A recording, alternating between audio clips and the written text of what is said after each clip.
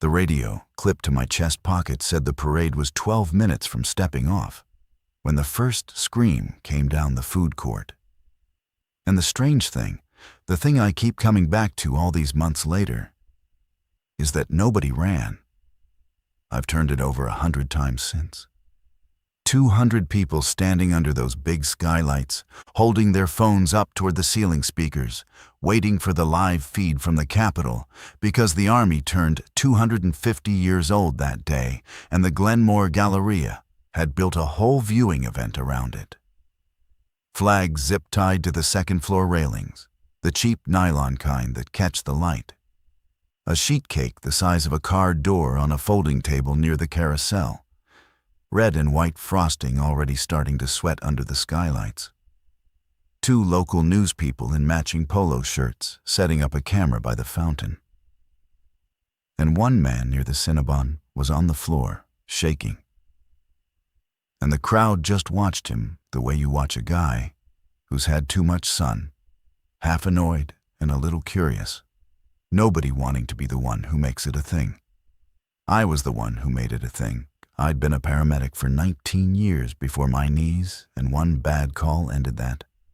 And you don't lose the reflex. It lives lower than thought. I pushed through the shoulders and the held-up phones, got down on one knee beside him, reached for his wrist the way I've reached for 1,000 wrists. His skin was hot in a way that wasn't fever. It was hot the way an engine block is hot. A dry, working heat coming up off him through his shirt. And that was the first thing that didn't fit. Because fever sweats, and this man's skin was dry as paper. And his eyes were open and tracking me, moving from my face to my hands and back. And there was something behind them that was not asking for help. I've seen people ask for help with their eyes when their mouths can't. This was the opposite of that. This was something measuring me. That's the moment I want you to hold on to, because everything after it happened fast. And I need you to feel how normal the second before it was. Let me step out for 1 second before I take you the rest of the way in. I just want to say thank you to the people who keep coming back for these. And welcome if this is the first one you've found. If grounded survival stories like this are your kind of thing, subscribe, leave a comment, and stay with me, because it genuinely helps these get made. Now let me get back to that man on the floor, because the second my fingers touched the inside of his wrist, he stopped shaking. He went completely still.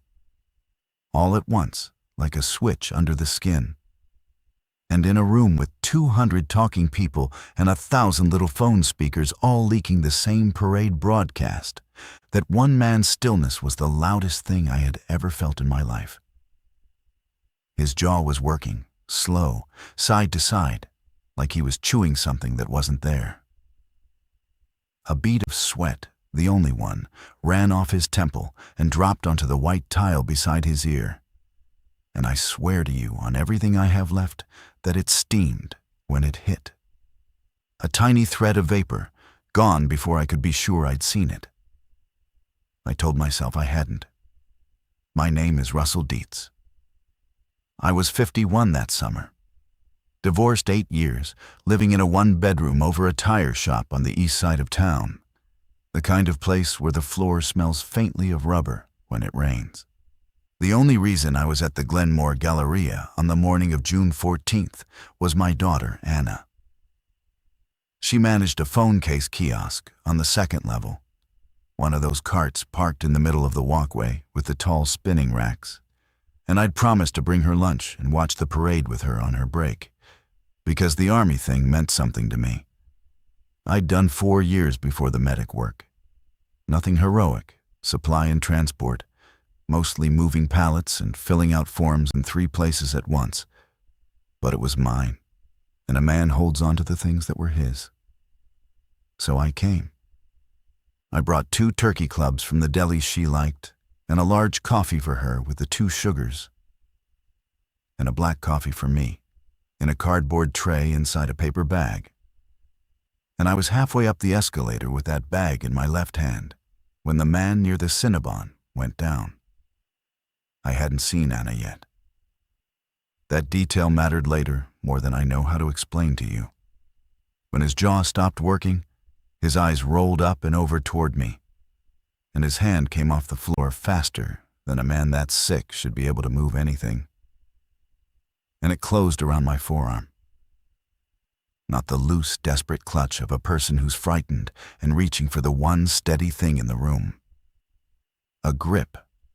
The deliberate, settling grip you put on something you intend to keep. His fingers found the gaps between the muscles of my forearm and dug in, and the strength in them was wrong. Too much. The strength of a man half again his size. I'd held a lot of dying people in 19 years, and not one of them had ever held me back like that. I twisted my arm against his thumb the way you break any grip, and tore loose and came up onto my feet. And the crowd finally felt it. That wrongness. The way a herd feels a predator standing in the grass before any single animal in it can point and say there, "That's it. That's the thing that's going to kill us." A woman behind me backed into the corner of a kiosk and knocked a rotating rack of sunglasses off its post, and 40 pairs of cheap plastic frames went skating across the tile. And that bright, clattering spray was the thing that broke the spell. People started to move. Not running yet, just shifting, leaning. The whole crowd tilting away from the man on the floor the way water tilts in a glass a half second before it spills over the rim. The man on the floor got up. He got up wrong. He came off the tile in one continuous motion without using his hands at all. The way a marionette gets yanked upright by the strings, his whole body lifting before his feet seemed ready for it. And his head hung over at an angle. No living neck holds for more than a second. He stood there with his head cocked like that. And he looked at the nearest person to him.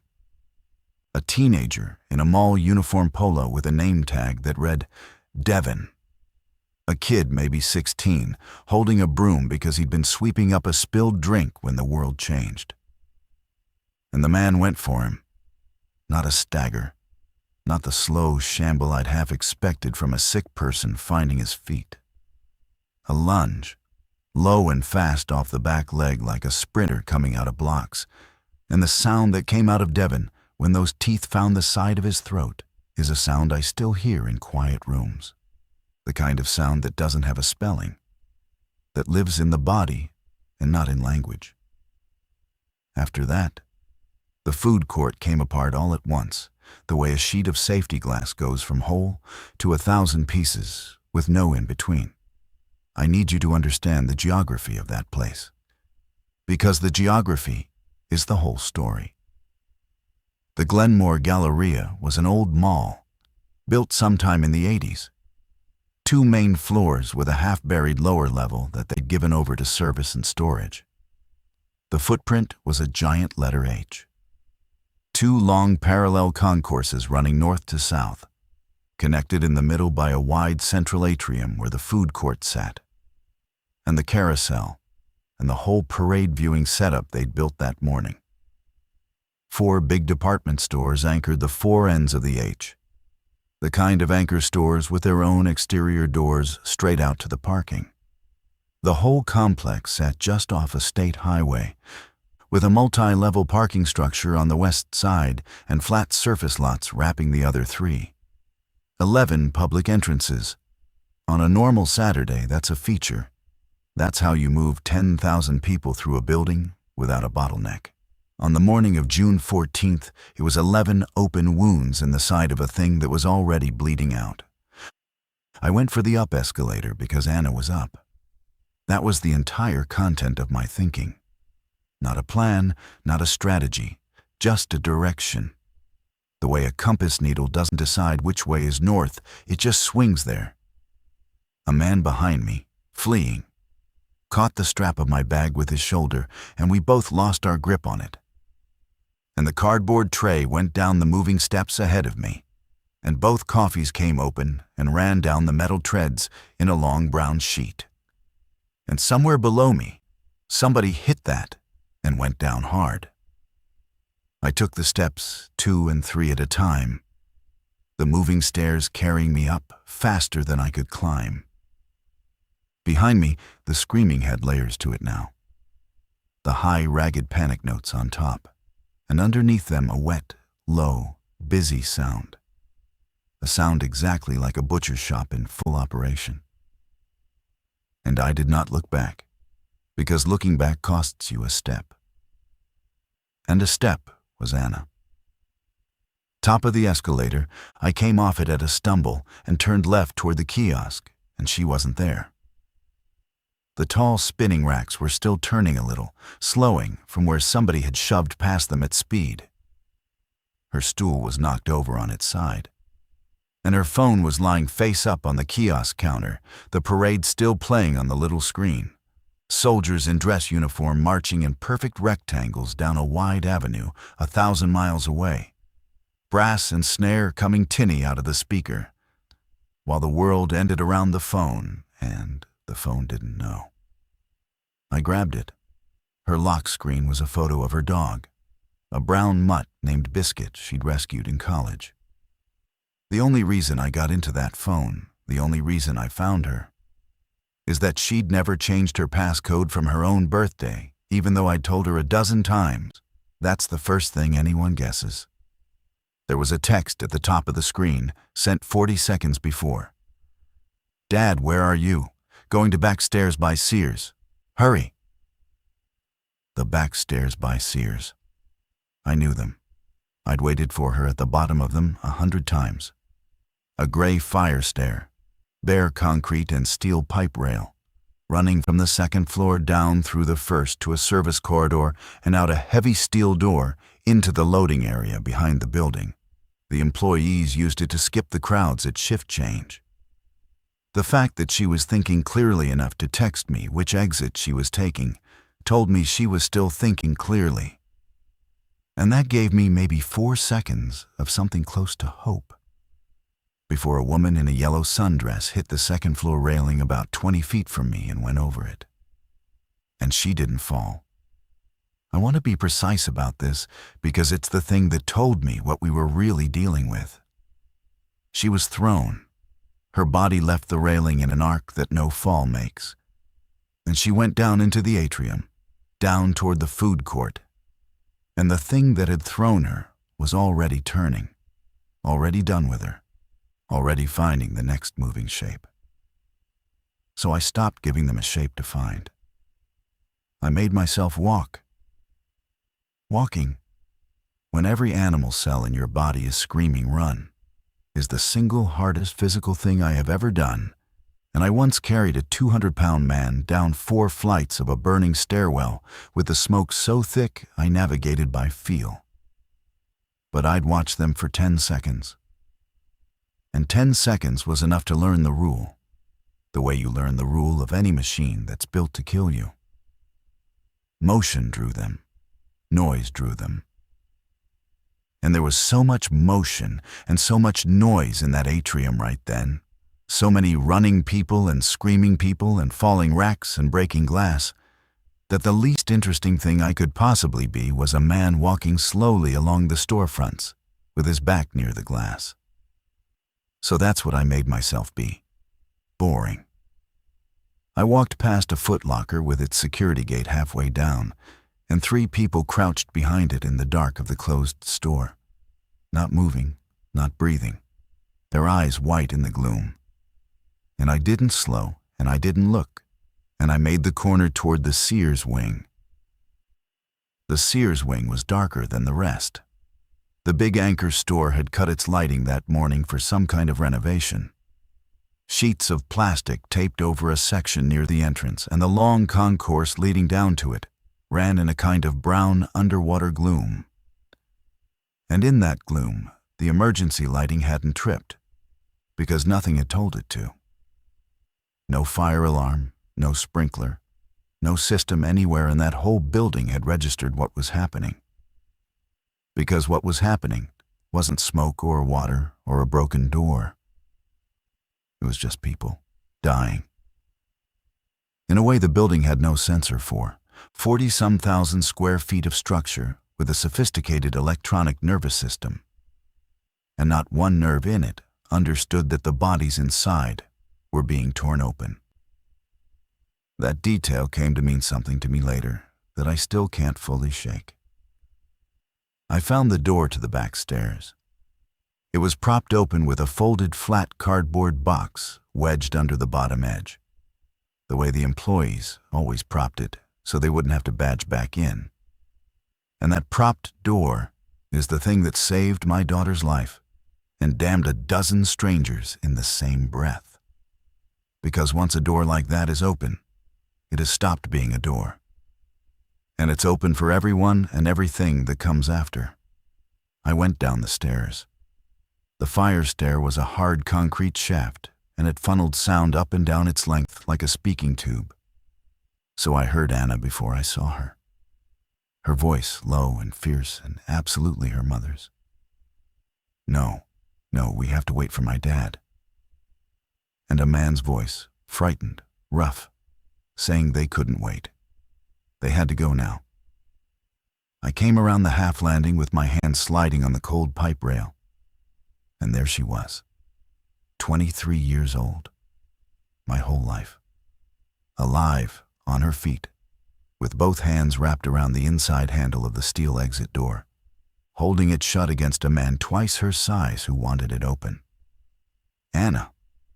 She looked up, and her face did the thing a face does when the very worst outcome you've been bracing for suddenly isn't going to happen.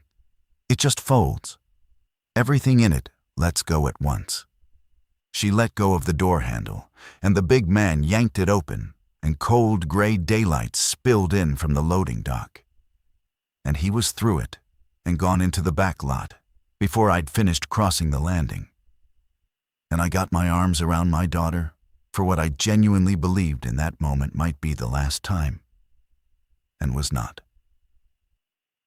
There were 6 of us in that stairwell, counting Anna and me. There was an older woman, Patrice, mid-60s, who'd been buying a phone case at Anna's kiosk when it started and had simply followed my daughter out of pure animal instinct, the way you'll follow anyone who seems to know where they're going. There was a maintenance man, Hector, somewhere in his 50s, broad through the shoulders, with a heavy ring of keys on his belt that turned out to matter more than any weapon any of us could have found. There was a kid, 19, named Tyler, who worked the pretzel place in the food court, with a long pink burn down his right forearm from the oven and a quiet, scared, useful steadiness about him that I clocked right away and was grateful for. And there was a man in a navy polo shirt named Garrett, who managed one of the chain restaurants on the lower level, and who I disliked within 90 seconds and needed within 90 minutes, which is a thing that happens with people more than we like to admit. The loading dock was the obvious move. Out the steel door, into the back lot, into a car, gone, away from the building, ahead of the thing. Garrett wanted it badly, and honestly, so did some part of me. But I made everyone hold for 10 seconds in that doorway and look, really look, before we committed our bodies to it. Because 19 years of walking through doors into bad scenes teaches you one thing above all others, and it's that the obvious exit is where everyone goes, and everyone going to the same place at the same time is its own separate disaster, sometimes a worse one than the fire. The back lot was already a disaster. The big man who'd run out ahead of us was down between 2 parked cars, maybe 40 feet out, and there were 3 of them on him, crouched over him, and the wet, busy sound was coming up off them. And more were coming around the corner of the building from the direction of the surface lot. Fast, in that low, lunging burst run, drawn by the open door and the daylight, and the sound of an engine somewhere out there, turning over and over and over and never catching. Whoever owned that car was going to die inside it, with the key turning in their hand. Beyond the lot, the state highway was a frozen metal river. Cars stopped at every angle, doors hanging open, and people moving between them in two completely different ways. The running way and the wrong way. And from up on that half landing, with the whole scene laid out below us in the flat gray light, I could already see that the wrong way movers outnumbered the runners, and that the gap between those two numbers was widening by the second. "We can make a car," Garrett said, low and fast, right at my shoulder. "We go right now. We cut across to the structure. We make a car. We go now. We die in the lot," I said. "Look where they're coming from. Every door we open is a door they come through. Close it, quietly." He looked like he wanted to argue. His jaw was working, and his eyes kept cutting back to the lot, to the cars, to the way out he'd already built in his head. But Hector was already moving. And Hector closed the door, slow and controlled so the latch wouldn't bark. And he had a key on that heavy ring that threw a deadbolt from the inside. A thick steel throw that no infected hand was ever going to work. And the sound of that bolt sliding home was the first good sound I'd heard since the Man Near the Cinnabon stopped shaking. 6 of us, sealed in a concrete stairwell, with the Outbreak on both sides of us now, the mall above us and the lot below. And the parade was still playing because Anna's phone was still in my hand and I hadn't turned it off. Soldiers marching in their clean rectangles, the band playing something fat with brass. An announcer's warm, practiced voice telling everyone watching that this was a celebration 250 years in the making. I turned the volume all the way down to nothing. Sound was the enemy now. I'd already learned that much. And a phone playing in a concrete stairwell carries. But I didn't turn it off. And I want to be honest with you about why. Because it tells you something about me that matters for everything that comes after. It was the last normal thing. It was the world we'd had an hour ago. Still going on somewhere, the soldiers still marching, the band still playing. And I was not ready to make it stop. I'm a man who has trouble letting go of the thing in front of him. You'll see that. It's the whole story, really. Hector knew the building, and that was our first piece of real luck, and it shaped everything that came after. He'd worked maintenance at the Galleria for 11 years, and he carried the entire skeleton of the place in his head. Every service corridor, every electrical room, every mechanical space, every door the public never knew was a door. While we caught our breath on the landing, the 6 of us crowded into a space meant for 2. He crouched and sketched it for us in a low voice with a stub of carpenter's pencil he pulled from his shirt pocket, drawing right on the gray concrete floor. And what he drew rearranged my whole sense of where we were standing. The mall had a lower service level, he said, running under almost the entire footprint of the building. A spine of concrete corridors connecting the loading areas to the mechanical rooms, the electrical vaults, the trash compactors, and a couple of old walk-in storage vaults left over from when the place had a grocery anchor back in the 90s. The public stairwell we were standing in dead-ended at that level. But there was a service door at the very bottom, locked, that opened onto that lower spine. And the lower spine had something the rest of the building didn't. "Fire control room," Hector said, tapping the pencil against the concrete. "Down there, off the main spine. Concrete on every side, top and bottom too. 1 door, steel, fire-rated. They built it to survive a fire that takes the whole building down on top of it. Has its own air handler, its own power feed. And it's got the radio." "What radio?" Garrett said. "Building's got a fire service radio system. City makes us keep it. Hard line plus a backup transmitter in case a fire pulls down the regular phone in the cell. It's old, it's ugly, but the inspectors make us keep it live every year." He looked up at us. "It talks straight to county dispatch, not through a cell tower, a real channel, its own line. A real channel." I watched it land in the group, The way you can watch a heavy thing land in a room full of frightened people, every face changing a little. Because the thing none of us had said out loud yet, the thing every one of us had quietly checked in the last few minutes with our hands in our pockets, was that the cell network was already drowning. Anna's phone showed bars but no data, and 1 text in 5 was going through. And the rest sat there with a little spinning wheel that means the whole world is reaching for the same wire at the same instant. 250 years of army, and the entire country had grabbed its phone in the same 5 minutes, and the towers had simply gone under. But a hard line to county dispatch, a dedicated emergency channel that didn't care about cell traffic. That was a way to reach somebody who could actually do something. Tell them where we were. Tell them how many of us. Find out if anyone was coming, and when, and from which direction. So the decision more or less made itself, and I want to be careful here, because it was the right decision. And it was also the decision that cost the most.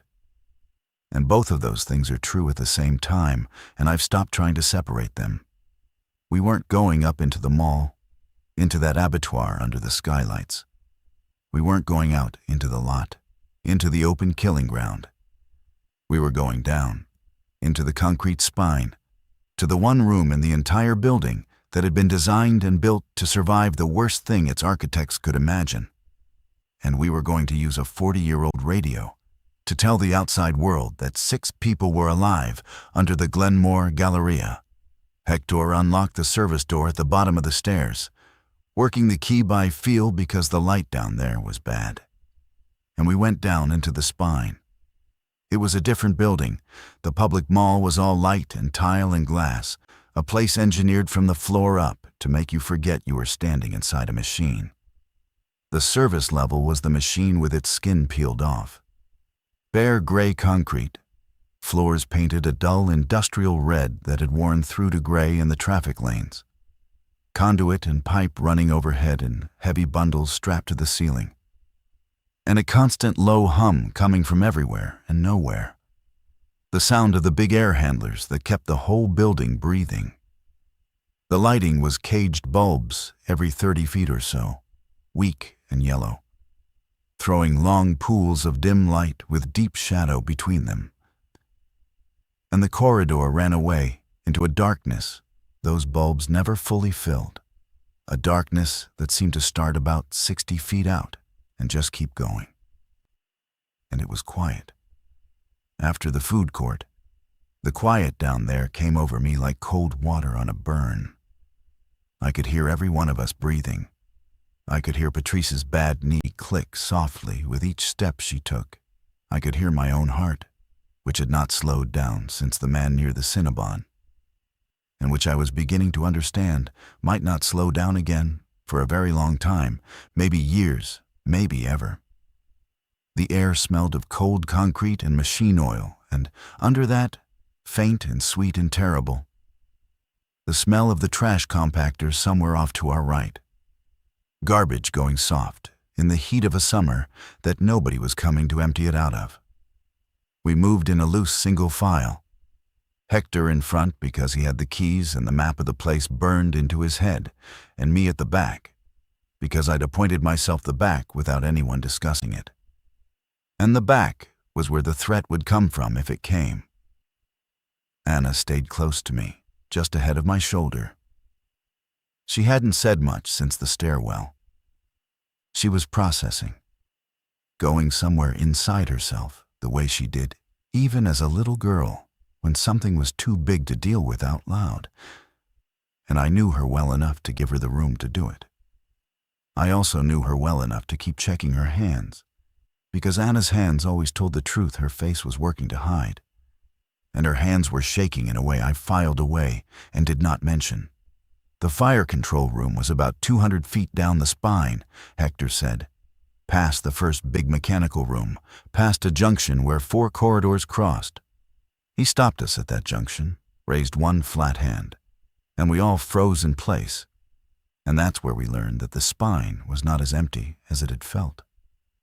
there was a sound coming from the corridor to our left. The corridor that ran back under the central atrium, back toward the food court 2 floors up and a long way off, but connected, because everything down here was connected. Every corridor poured into every other one. It was the working sound, the wet, low, busy sound from the food court, faint now with all that distance and concrete in between. But I knew it instantly, the way you know a voice you've heard before, even through a wall. And under it, footsteps, not the lunging burst run, a slow, dragging, searching shuffle. The sound of one of them moving, without a target, just moving, the way they did when there was no sound and no motion close enough to pull them into the run. One of them had found its way down here, through a service stair, a propped door, the same way we had. The spine wasn't a refuge after all. It was just another set of corridors in a building that no longer had a single safe room in it, only rooms we hadn't yet been killed inside of. Hector pointed down the corridor to our right, the one toward the fire control room, and we went that way, slow, on the balls of our feet, every footfall a decision. Behind us, the dragging steps stopped. We all froze again, mid-stride. Then they started up once more, no faster, no closer that I could tell, and I could not decide whether it had heard us and was tracking, or whether it was just the aimless random walk of a thing with no mind left to aim it. And not knowing was somehow worse than either answer would have been. The not knowing is a thing I'd come to live inside for the rest of that day. The fire control room door was exactly where Hector said it would be. Heavy steel, painted a faded fire engine red. A small wired glass window set at face height, with a wire mesh making a grid of little diamonds across the glass. A card reader on the frame and a key cylinder below it. Hector's key turned the cylinder. Inside, the room was small, maybe 12 feet by 15. And it was full of the building's old nervous system. The main fire alarm panel against one wall with its grid of little lights, mostly green, a couple of dead ones. Sprinkler control valves and gauges. A rack of dusty equipment with cables sprouting out the back in a stiff gray bundle. And against the back wall, on a battered steel desk, under a laminated card of frequencies and call signs gone soft and brown at the edges with 40 years of damp, sat the radio. We got everyone inside, and Hector swung the steel door shut, and it closed with the heavy, soft sound that only a real fire door makes. And he threw the inside bolt. And for the first time since the Man Near the Cinnabon, I felt something in my chest unclench by maybe a quarter inch. Concrete on 6 sides. One door, steel fire-rated, bolted from the inside. The thing shuffling around out in the spine could drag itself past this door all day and all night and never get through it. We had a hard channel to the outside world. We had a plan that wasn't a fantasy. 6 people sealed in the bones of the building with a way to call for help. I want to ask you something here, while we're all still catching our breath in that room. I've gone over this 10,000 times since. If you'd been standing in that food court when the Man Near the Cinnabon got up wrong, would you have gone down into the concrete the way we did? Or would you have run for a car and taken your chances on the open highway? I made the call to go down, and I made it fast, and I made it for good reasons. Hold your answer in your head, because I'm honestly not sure anymore that I was right. The radio was a problem before it was a solution. 40 years old, last serviced God knows when. And when Hector flipped the main power switch, it lit up, but it lit up wrong. A steady amber fault light glowing in the corner of the panel. And a faint hum coming off it that wasn't the right hum. A sound with a rough edge to it. Hector knew the building, but he wasn't a radio man. And neither was I. And we stood there in the dim room, looking at the one tool we'd risked everything to reach. And it was sitting there, refusing to do the one thing we needed it for. Tyler cleared his throat. He said quietly that his uncle was a ham radio operator and he'd grown up messing with the man's rigs in his garage. And could he take a look? We let him. He pulled the steel chair out and sat down at the desk and went over the unit slow, with the careful hands of somebody who's afraid of breaking the only thing that can save him.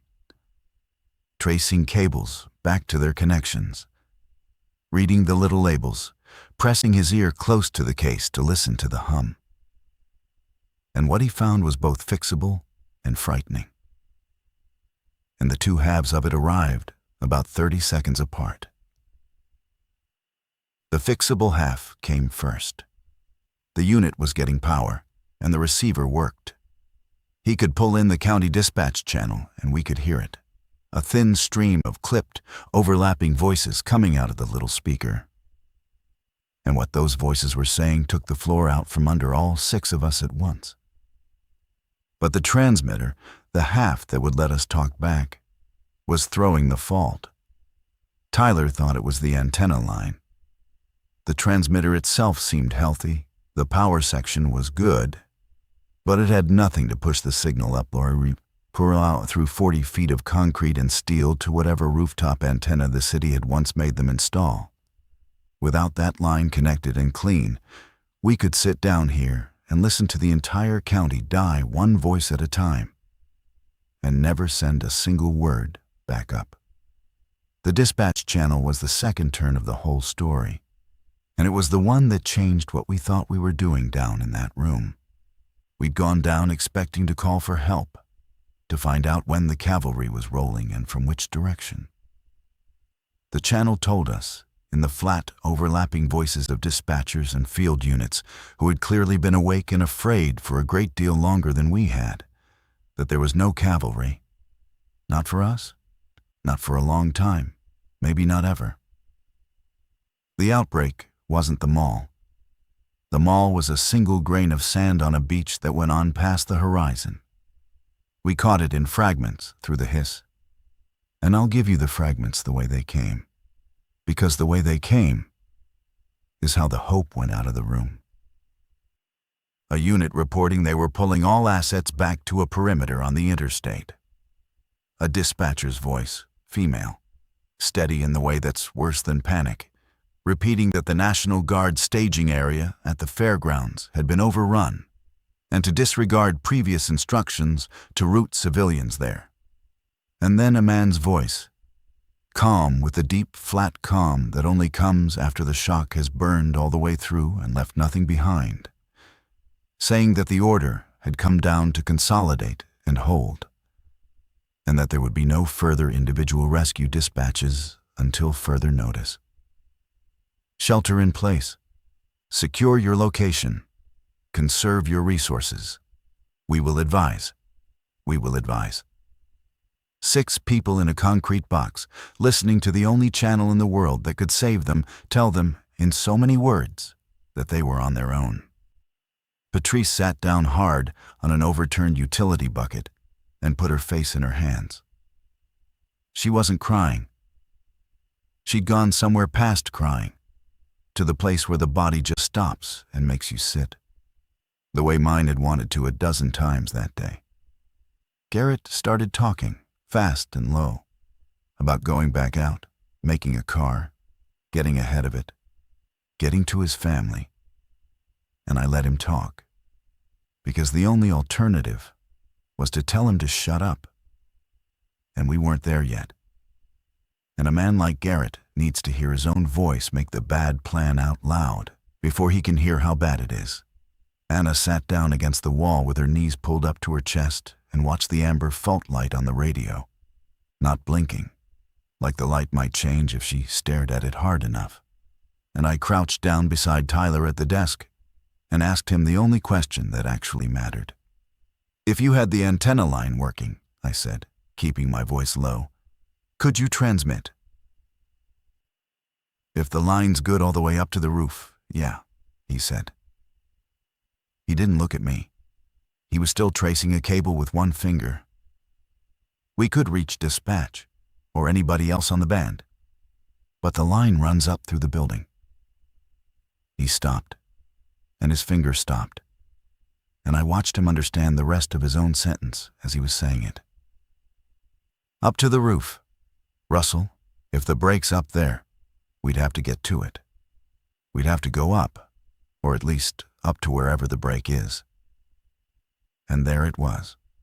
The trap of the room, the thing the architects never thought of when they built us a fortress and then put the fortress's only telephone at the top of a 40-foot pole. The radio was real.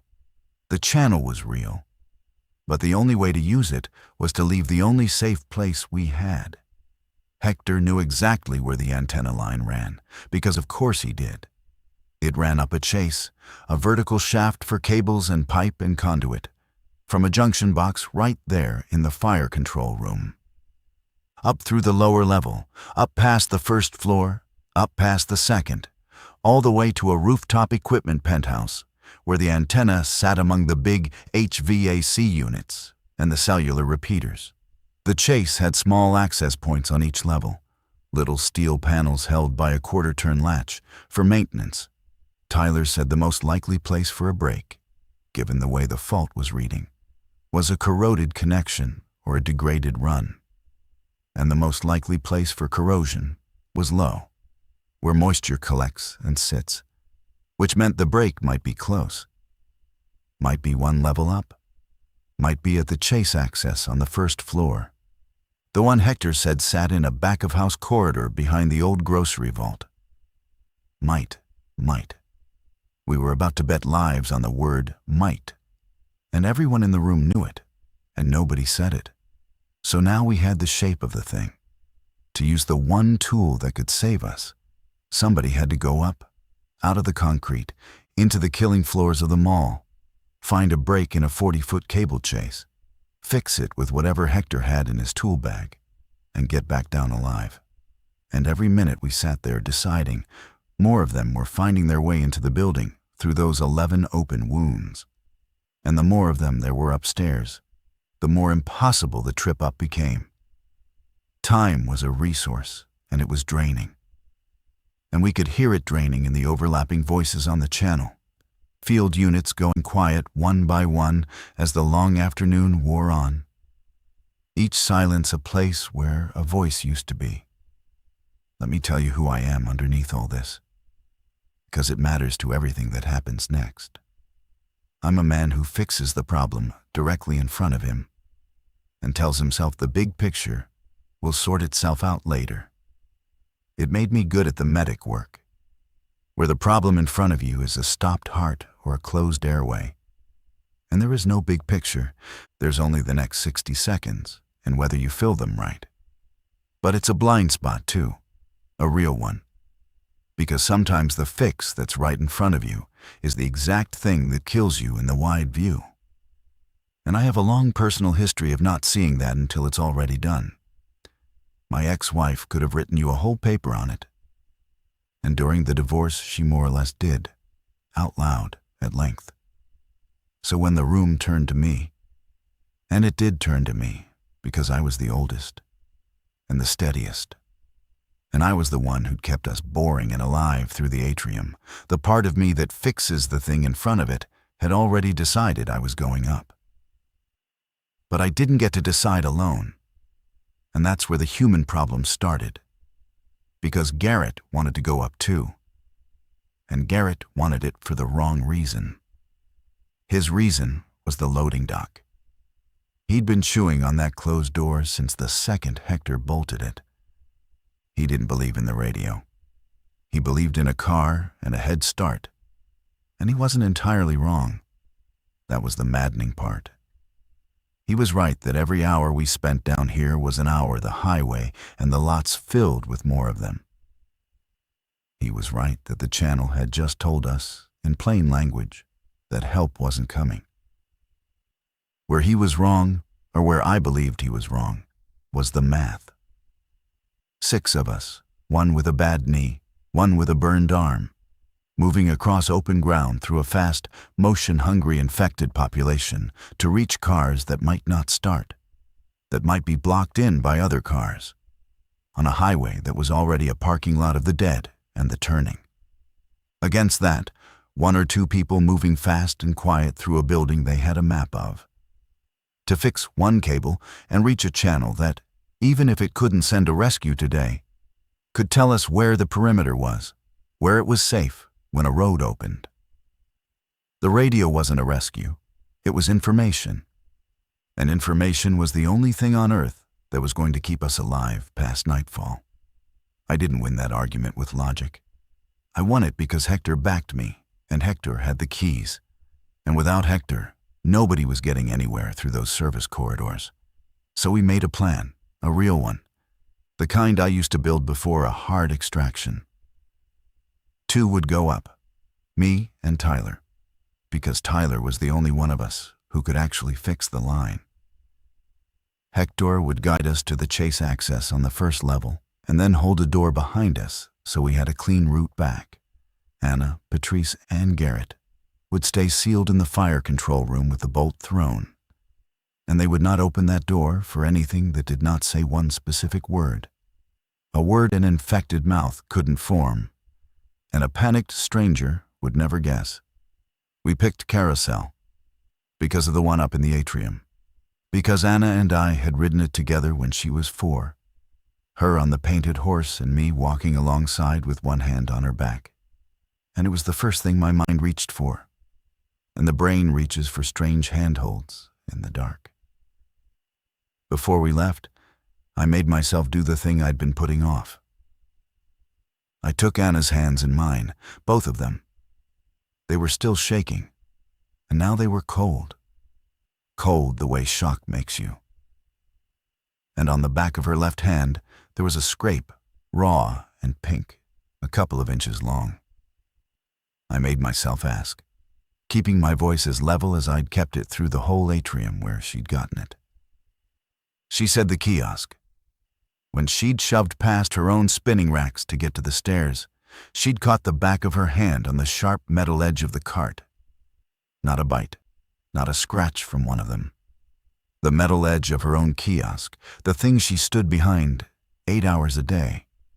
I looked at that scrape a long time. There's no test in a concrete room. There's no lab, no swab, no machine that gives you a number. There's just a father looking at his daughter's hand and deciding what to believe. And I decided to believe her, because the alternative was the thing I could not pick up and carry and still walk up into that building. I told her to keep it clean, and I dug the little bottle of hand sanitizer out of my pocket and pressed it into her palm and closed her fingers around it. And I kissed the top of her head where her hair parted, and I left my daughter in the box. That's a thing I want you to sit with for a second. Those of you listening who've ever had to decide what to believe about someone you love when believing the wrong thing could kill you, I chose to believe my daughter. You can tell me later whether you'd have done the same. The trip up was the longest 40 minutes of my life, and I'll give it to you the way it happened, because the shape of it is the shape of everything. Hector took us back down the spine and then to a different service stair, not the one we'd come down, a tighter one closer to the cable chase. The dragging shuffle we'd heard at the junction was gone, or it had moved off somewhere, and that absence was its own kind of tension. Because a threat you can hear is a threat you can place on the map in your head, and a threat that's gone quiet is a threat that could be anywhere, including the next thing you walk into. We went up the service stair slow, Hector first with a long pry bar from his tool bag held out in front of him like a spear. Me in the middle, Tyler at the back with the tool bag over his shoulder and a coil of cable he'd stripped off the equipment rack in the fire room in case the brake needed a fresh splice. At the first level door, Hector stopped us, and we put our ears near the cold steel and listened. And what we heard was the mall, the real mall, gone wrong in a way the food court hadn't been. The food court had been chaos, loud and fast and all at once. This was after. This was the long, low sound of a building with its survivors hidden and its dead in full possession. It was made of distant glass settling and falling somewhere up in the atrium. Of something rhythmic and wet that I made a deliberate decision not to think about. Of once a single human scream from a long way off that cut out so fast, so completely, that the cutting out of it was worse than the scream had been. And under all of it, everywhere, that low working sound, multiplied now, no longer one butcher's shop, but a whole district of them. The chase access was about 40 feet from that stairwell door, down a back-of-house corridor that ran behind the old grocery vault. A stretch with no public access and exactly one caged bulb still burning at the far end. Hector eased the door open a crack, then wider, and the corridor was empty. And we slipped through and covered those 40 feet in a crouch walk that seemed to take a calendar year. Tyler got the chase access panel open, a steel plate on a quarter-turn latch, and he put his head and shoulders down into the shaft, with my hand fisted in the back of his belt to keep him from going in head first if something went wrong. And his voice came back up to me, muffled and tight against the concrete. He'd found it. The break. Low in the chase, just like he'd guessed. A connection point where the antenna feed coupled to a longer run. The copper gone green and chalky with corrosion, and the whole connector pulled half loose. Probably worked free over 40 years of the building settling, and then finished off by one good slam of a fire door somewhere that morning when the panic hit. He could fix it. He needed 4 minutes and both hands, and for me to feed him the splice cable when he called for it, and for the entire world to hold still for those 4 minutes. The world gave us about 90 seconds. The sound came from the public side, beyond the grocery vault. The dragging shuffle, first, slow and aimless. And then Tyler's tools clinked. One wrench knocking against another inside the shaft, a small, bright musical sound. Nothing. A sound you wouldn't notice in any ordinary moment of any ordinary life. And the shuffle out beyond the vault became the burst run. Instantly, the way a struck match becomes a flame. And there was no time to get Tyler back out of the chase and run, because a man halfway down a cable shaft does not extract fast. You can't just yank him. And so I made the call I make, the immediate one, the one my whole life has trained into me below the level of thought. I told Tyler to keep working. Do not stop. Finish it. I've got this. And I stood up between him and the corridor. And I picked up Hector's pry bar from where Hector had set it down on the concrete to help feed cable.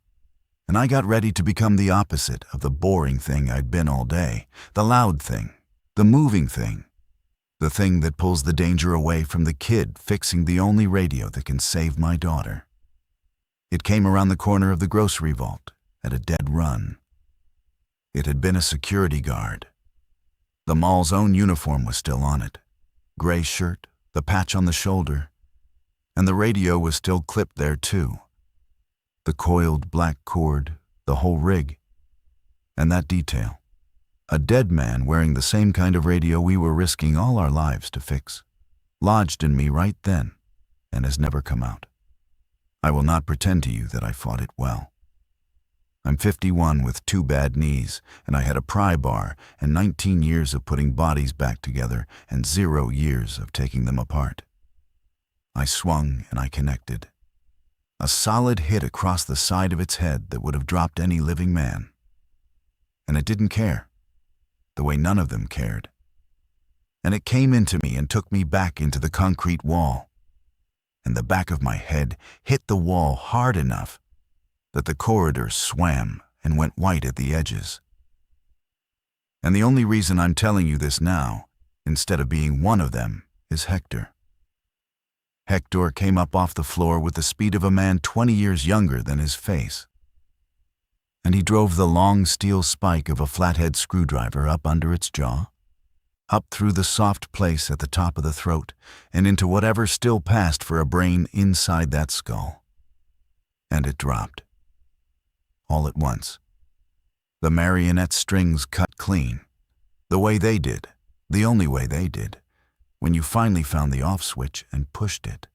We stood there over it, all three of us breathing like we'd run a mile. Tyler's voice floated up out of the shaft, small and steady. Got it.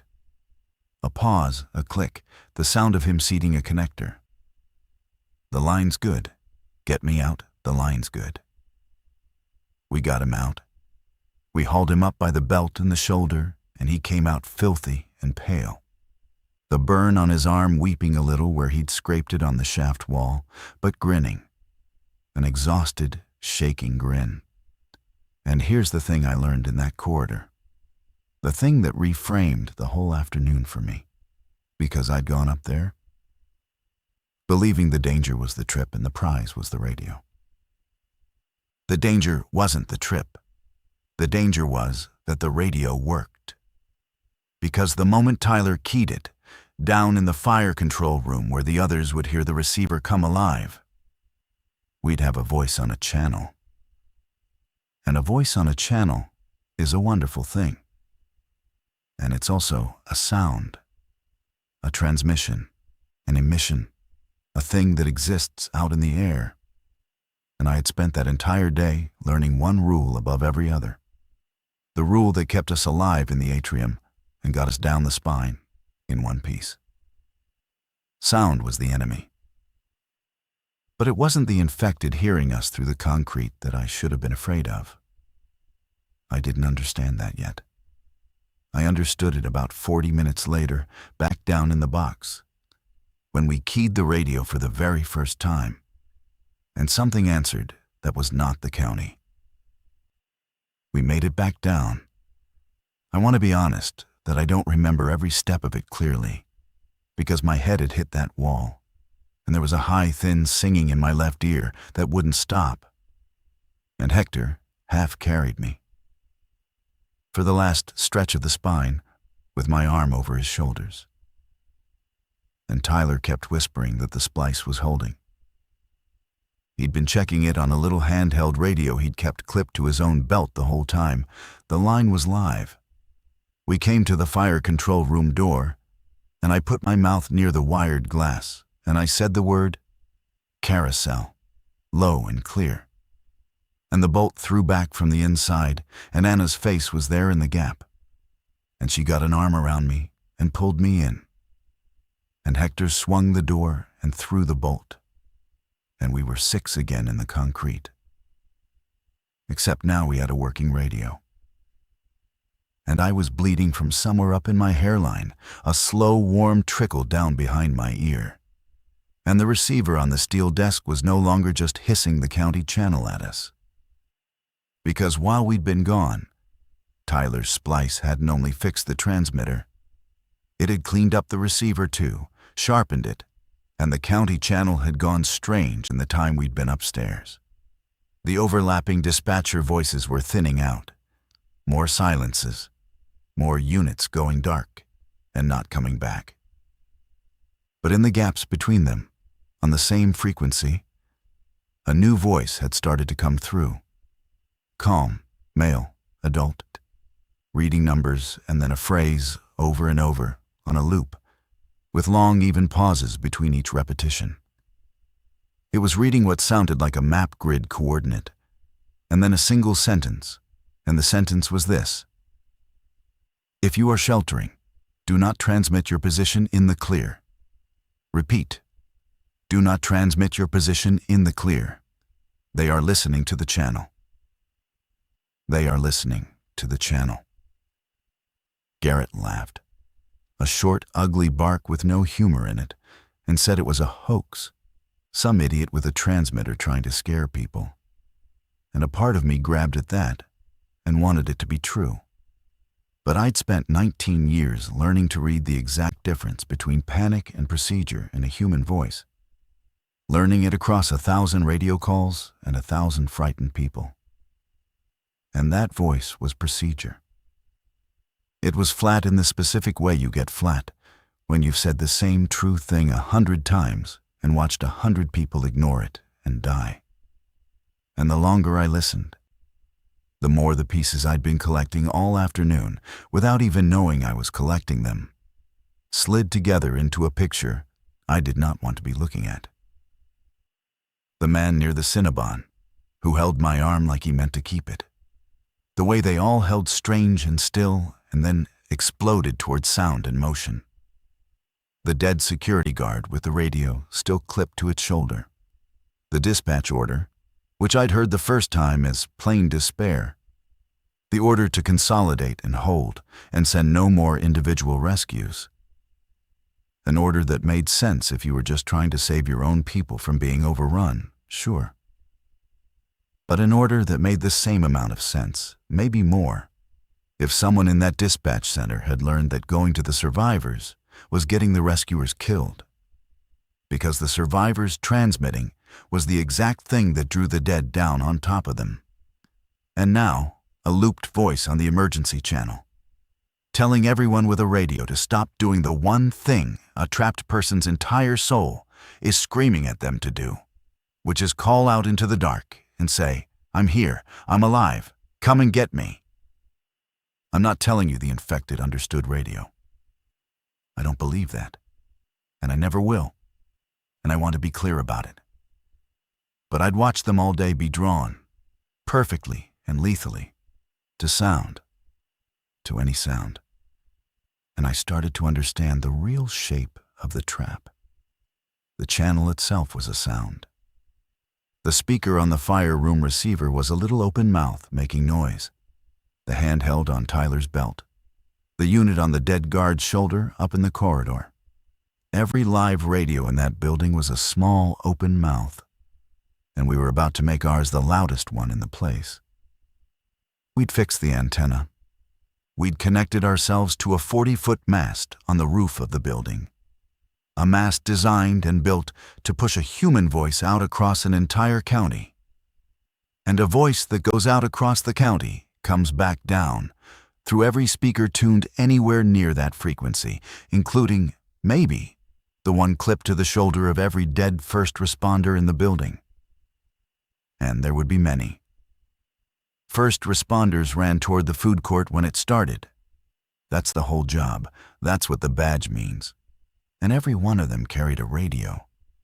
And a radio on a corpse that has stopped being a corpse is a speaker standing in the room with you that you cannot reach over and turn off. I made Tyler check it. I needed to know how bad. He went pale and confirmed it, working through it out loud at the desk. The building's fire service radio and the responder radios weren't on exactly the same channel. No, they were a band apart. But they were close. And an old, out-of-spec transmitter throwing a strong signal up a long mast doesn't keep its voice neat inside one frequency. It splatters. It bleeds out sideways across the bands near it, especially a unit as ugly and as neglected as this one. He couldn't promise our transmission wouldn't come crackling out of every responder handheld within range. And he couldn't promise it would either. But couldn't promise it wouldn't was by that point in the afternoon the single most dangerous sentence in the English language. So there was the trap, fully sprung and visible now. We'd risked everything to get a voice, and now using the voice might bring every dead thing with a working speaker straight to the one room we couldn't be reached in. Except we could be reached in it. Eventually, because we'd have to open that door for water. For the simple animal fact that 6 people cannot live forever sealed in a concrete box. And a horde that knows where you are is just a clock. And a clock does only one thing. This is where I want to ask the people listening the real question, the one I have never once stopped asking myself since. You're in the box. You have a working radio in your hand. Outside the box, somewhere out in that grid of dying voices, your wife, your kids, your mother might be in a box of their own, listening to the same dead channel, praying for one familiar voice to come through and tell them where to go, that someone they love is still alive, that there's a plan. And keying that radio might bring death through your door. So do you key it? Do you stay silent and safe, and let the people you love die alone in the dark, thinking everyone is already gone? Or do you make the noise? Tell me honestly where you'd come down, because the 6 of us came down in 6 different places, and that difference is the thing that nearly killed all of us. Garrett wanted to transmit. Now his loading dock energy had a target, and a holy one, and I understood it completely, because Garrett had a wife and 2 kids in a subdivision 8 miles to the north, and he hadn't reached any of them since the towers choked. And the radio was the only thread to them left anywhere in the world. You cannot ask a man to sit on his hands next to the only thread to his children. Anna wanted to transmit too, but carefully, quietly, once, just to county, just to put our location into the system, so that if the perimeter ever moved, if rescue ever resumed, we'd already be a known dot on somebody's map instead of nothing. Patrice didn't want to make a single sound for the rest of her life, and she said so, her voice thin. Hector deferred to me, which I hated, because I was concussed and bleeding and unsure, and his deferring made the whole weight of it mine. And Tyler, who'd fixed the thing with his own hands, said the most useful and the most terrible sentence of the entire afternoon. He said we didn't have to broadcast wide. We could transmit at low power, dial it down, aim for the bare minimum that would still reach county dispatch, and no more. The lower the power, he said, the less it would splatter into the responder channels, the less it would bleed out of the dead radios scattered through the building. Low power was a knob, a literal knob on the front of the unit, sitting somewhere between safe and useless and loud and fatal. And not one of us knew where on that knob the true line actually sat. Tyler could guess. He could not know. Nobody could know until after. We argued in whispers for a long time, longer than was safe, because every minute of argument was a minute of the building filling up above us, more of them drawn in through the 11 open doors, and I finally did the thing I do, the thing I have always done.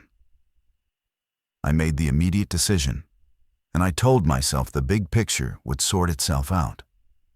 I decided we would transmit. Once. Low power, the lowest setting Tyler thought might still carry to county. We'd give our location, our number, our condition, in the fewest possible words, and we'd say it fast and then go completely dark. And we would never key it again unless county came back with something worth the risk of keying it again.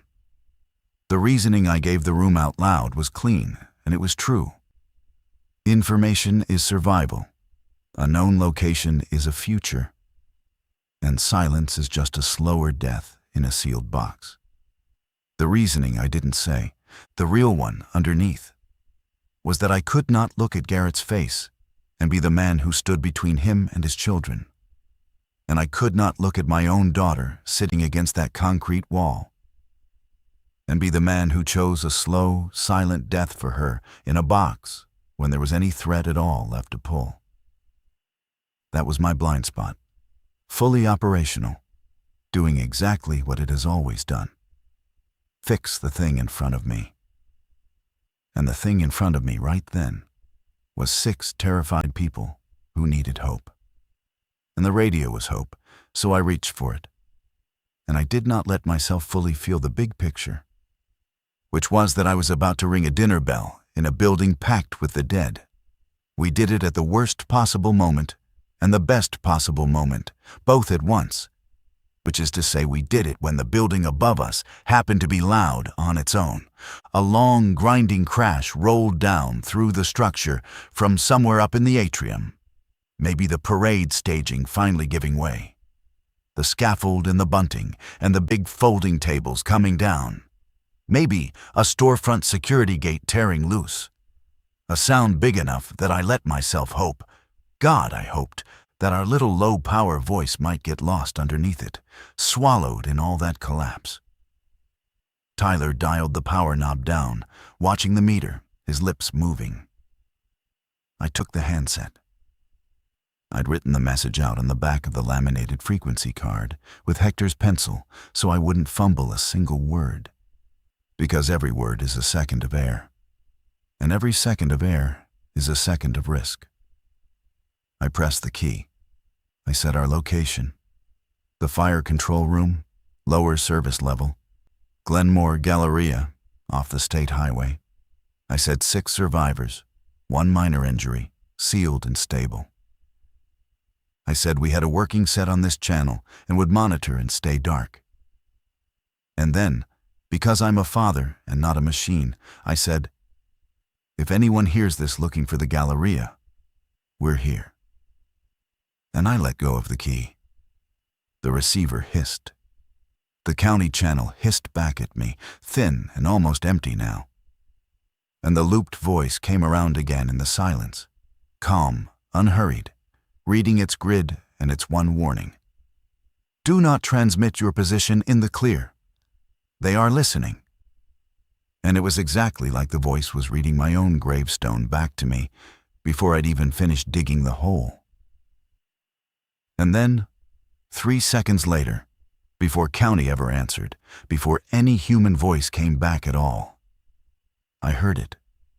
I heard it through the steel door, faint, through 12 feet of concrete and a bolted fire door and 40 feet of building between us and the spine. But I heard it, because I had spent the entire day teaching myself to hear exactly this. The working sound, the wet, busy sound, and under it the shuffle becoming the burst run. And not one of them, many. The whole building's worth of dead, drawn all at once, in the same instant, the way they were drawn to sound, except they hadn't heard us through the concrete. They'd heard us through themselves, through the little open mouths clipped to their own dead shoulders, our voice splattering low and ugly out of every responder radio in the Galleria at the same time. 6 words a second of, we're here, we're here, we're here. And the things wearing the dead heard it in the dead's own ears, and they came. I had rung the bell. I had done the precise thing the calm voice on the loop had told me not to do, twice in a row, told me and told me. And I'd done it anyway. And I had done it not out of stupidity, which you can forgive in a man, which you can fix. I'd done it out of love, which is so much worse, because there's no fixing the thing in a man that makes him choose his daughter's hope over his daughter's life. The next part happened over about 3 hours, and I'll give it to you straight, because you've earned it by staying with me this long. The horde came to the spine. Not to the door first, because the door wasn't where they'd heard us. The radios were everywhere. The splatter had come crackling out of dead handsets all over the building at once, so the things converged on the whole lower level in a confused, churning, blind mass. Drawn down through the service stairs and the prop doors and the open chases, following a sound that was already gone, hunting a thing they couldn't pin down. The sound of them filling the concrete corridors outside our box is a sound I can't fully give to you. And I've tried. It was the sound of the ocean, if the ocean were made of bodies. A vast, soft, heavy, constant churning, punctuated by the slap of a hand on concrete, the drag of a dead foot, the low working sound rising and falling as they crossed paths with the bodies of the ones we'd left up in the corridor, the guard, the others. They pressed up against our steel door, not deliberately, not because they knew. Just the dumb crowd pressure of too many bodies in too narrow a space with nowhere to go. And the wired glass in the door went dark with the shapes of them passing across it. And Patrice put both hands over her own mouth to keep her body from making any sound at all. And we sat in the box in the dark, because Hector had killed the lights the moment it started. And we did not move. And we barely breathed. And we listened to what I had brought down on top of us. And in that dark, with the door breathing in and out against the weight of the dead, the radio finally answered. It became so quiet under all the noise outside that I almost missed it entirely. A voice on the county channel, not the loop, a live human voice, a woman, exhausted past any exhaustion I'd ever heard in a person. And she said the name of the mall. She said, "Galleria, Galleria. This is county. We copy 6. We copy your location." And then she said the thing that broke me and saved me in the same breath, in the same handful of words. She said, "Do not transmit again. Do not key for any reason. We have you. There is a movement to your sector at first light. We have you. Go dark. We will come to you. Do not make another sound." We had been heard. We were on the map. There was a movement to our sector at first light, which was maybe 14 hours off. 14 hours of sitting in a concrete box with a horde pressed against the door. But it was 14 hours with an end on it. An actual end. A thing to survive toward instead of just away from. The radio had worked. The terrible noise I'd made had reached the one human being who could write us down as a dot worth saving. And her answer was the only answer in the world that could keep us alive. When stop. Be silent. We have you now. The making of the sound had connected us to rescue. And the price of staying connected to that rescue was to never, ever make the sound again. Because the next time, county couldn't promise it would reach us before the door did. So we went dark. Truly dark. We turned off the receiver itself because the speaker's faint hiss was a sound. And Tyler's handheld too. And we sat in the absolute black of the concrete box, 6 people I could only locate by the sound of breathing. And we waited, and outside the dead churned and pressed, and slowly, over the hours, as our silence held and no new sound called out to them, they began to thin. They drifted. A crowd with nothing to draw it comes apart the same way the food court crowd had come apart. Slowly, by ones and twos, the burst run decaying back into the aimless shuffle, the shuffle wandering off down some other branch of the spine after some random nothing, a dripping pipe, a settling beam, until by the deep middle of the night, the pressure was off the door, and the wired glass showed only the dark. And now and then, a single drifting shape passing across it, and we breathed, slow and careful, and Anna put her head down on my shoulder in the black, and I felt that her hands had finally stopped shaking. And earlier, before the lights went out, I'd looked one more time at the scrape on the back of her hand, and it had scabbed over clean and pink and ordinary. Not a bite, never a bite. And I let myself believe my daughter for real this time, all the way down to the floor of me. I'd like to tell you that's where it ends. That first light came, and the movement to our sector came, and 6 people walked out of the Glenmore Galleria into the morning. And mostly that's true. But survival has a cost. And I told you at the very start that I'm not sure anymore I was right. And here is the part I carry up the stairs to my apartment every single night. In the deep dark, around 3 a.m. by the glow of my watch, with the horde thinned to almost nothing out in the spine and the box silent and everyone half asleep in the heavy way you sleep after the body has burned through all its fear and has nothing left. Garrett keyed the radio. He did it quietly. I'll give him that. He tried to do it quietly. He turned the receiver back on, and he found the power knob in the dark by feel. And he keyed the handset. And he said his wife's name, low, and then their street. And then, if you can hear me, I'm alive. I'm at the mall. The kids, please, tell me about the kids. And he said it because he is a father. The same disease I have, the exact same blind spot. The thing in a man that chooses the thread over the throat every single time.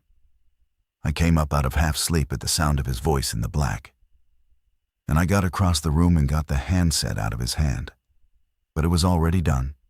The bell was already rung. And 3 seconds later, the way it always was, exactly 3 seconds, I heard the wet, busy sound start back up out in the spine, and the shuffle become the run. And the door began to breathe again with the weight of the returning dead. And this time they were closer, because this time they'd only drifted a little way off. They were still right out there in the nearby corridors. And this time, County was not going to answer, because we'd been told, in the plainest words, do not key for any reason. And the next sound on the channel was not going to be rescue. I'm not going to tell you we all walked out. I told you survival has a cost. The movement to our sector did come at first light. A column of armored vehicles and exhausted men pushing up the state highway, clearing the surface lots one by one. And they reached the loading dock by mid-morning. And they found the fire control room exactly where County had written it down in the log. And they found the steel door, and they found that it had held, because that is what it was built to do. Hold against the worst the building could throw at it. The door held. The door always held. The bolt Hector threw was good steel, and the concrete around it was good concrete. And the room did its one job perfectly, all the way to the very end. What the door could not do was decide who was on the inside of it when the bell rang the second time.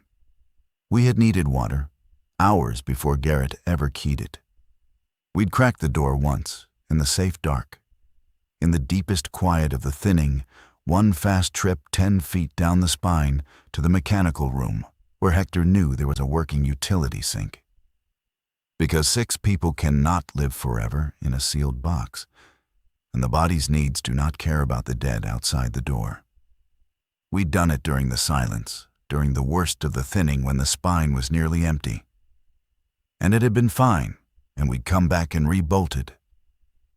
And that was the thing about the door I keep coming back to. It was only a fortress when it was closed. And a closed door is no good to a living body that needs water. So a closed door is always and eventually going to be an open one. Garrett rang the bell the second time during one of those trips. 4 of us sealed inside. 2 of us 10 feet down the spine in the black at that sink on the trip we thought was safe because the silence had been holding for hours. Garrett rang the bell, and the silence ended, and the spine filled in 3 seconds, and the 2 at the sink could not get back to the door before the dead were between them and it. And the people inside the box did the thing the box was built for, and the thing I had told them to do with my own mouth, hours before, in the daylight of that afternoon.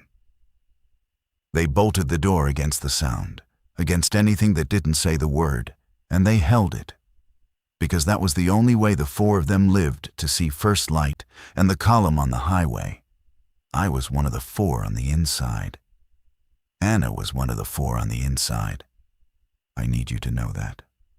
My daughter lived. My daughter walked out into the mid-morning with a soldier's hand on her shoulder and the June sun coming down warm on her face. And that is the entire reason I'm able to tell you any of this at all. Hector was one of the 2 at the sink. He could have made the door. That's the part that lives in me.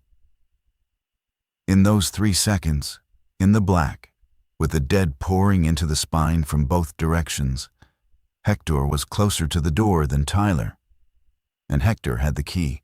Hector always had the key.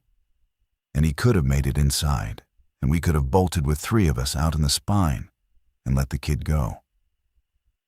Instead, he turned and he put his own body and his pry bar between the dead and Tyler. And he got the kid moving the other way, deeper down the spine, toward the trash compactor room he knew had a second steel door, a worse door, a door that would only buy a couple of hours, but a couple of hours was the exact distance to first light.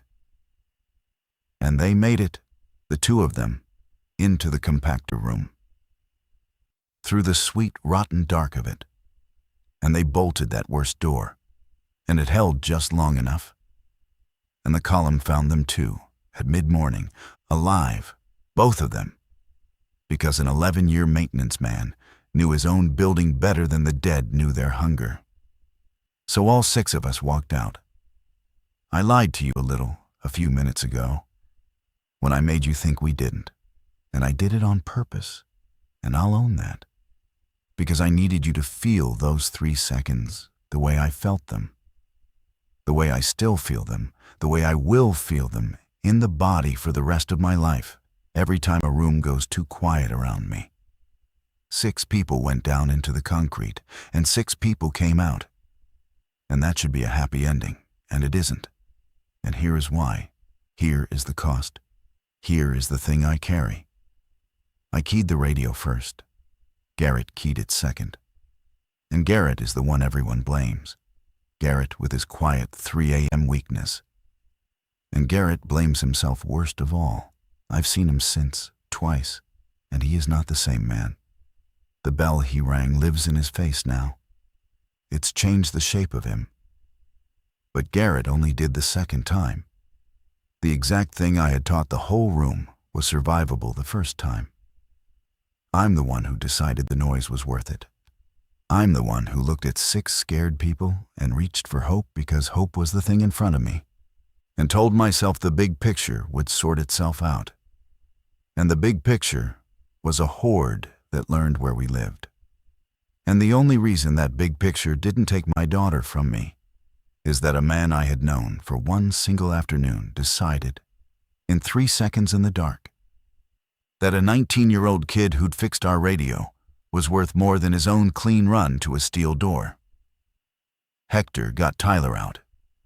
Hector got himself out too that time by knowing his building down to the last bolt.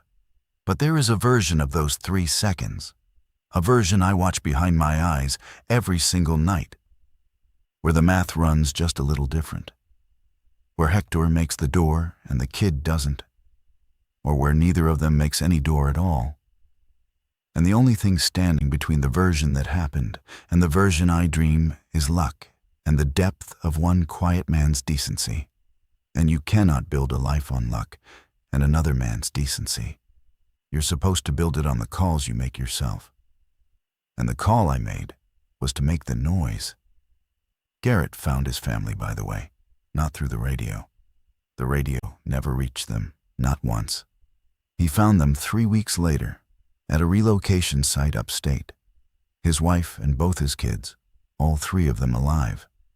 Found by a different column on a different morning, having never heard his voice come through on any channel at all. The thread he risked all 6 of our lives to pull wasn't even connected to the other end. It never had been. The towers were down. The channels were chaos. And the only ones who ever heard Garrett's 2 transmissions were a tired dispatcher who told us to shut up and stay alive. And every dead thing in the Glenmore Galleria. I still have Anna's phone. The parade was still on it when we walked out into the light, still playing. The battery somehow not dead after all those hours. Soldiers in their clean rectangles marching down a wide avenue 1,000 miles away. 250 years of an army that builds men like Hector and men like me. Men who run toward the thing on the floor. Men who put their bodies between the dead and a kid without a half-second of arithmetic about it. And also men who reach for hope at exactly the wrong moment and ring a bell they can never unring. The announcer's warm, practiced voice was still going when I finally turned it off in the back of the armored vehicle, the engine rumbling under us, the highway crawling past. He was saying it was a celebration 250 years in the making. He had no idea. None of them on that wide, clean avenue had any idea. They started the parade just before the outbreak reached the mall, and the parade just kept going, and the world just kept ending. And the 2 things never once knew about each other. The clean rectangles and the wet, busy sound.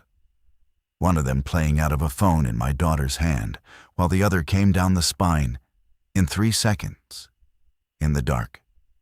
If you've stayed with me all the way to here, thank you. Truly. And I'll leave you with the only thing I actually know now. The one thing 19 years of fixing people and one single afternoon of getting them killed taught me for good. The radio works. That's the trap. That's the whole trap. The thing that connects you to rescue is the same exact thing that tells the dark precisely where you're hiding. And there is no setting on the knob, no power level, no clever splice in any cable chase that separates the two of them out. You key it, and you're heard. The question was never whether you'd be heard. The question is by whom. And you don't get to choose. And you find out 3 seconds later in the dark, with the door already starting to breathe. We have you. Go dark. We will come to you. Do not make another sound. I think about that voice every night. She was right. She was the only person all day who was right about anything that mattered. And the hardest thing a trapped man ever has to do, harder than walking when every cell wants to run, harder than choosing to believe his own daughter's hand, is to sit in the dark with the only thread to everyone he loves held tight in his fist.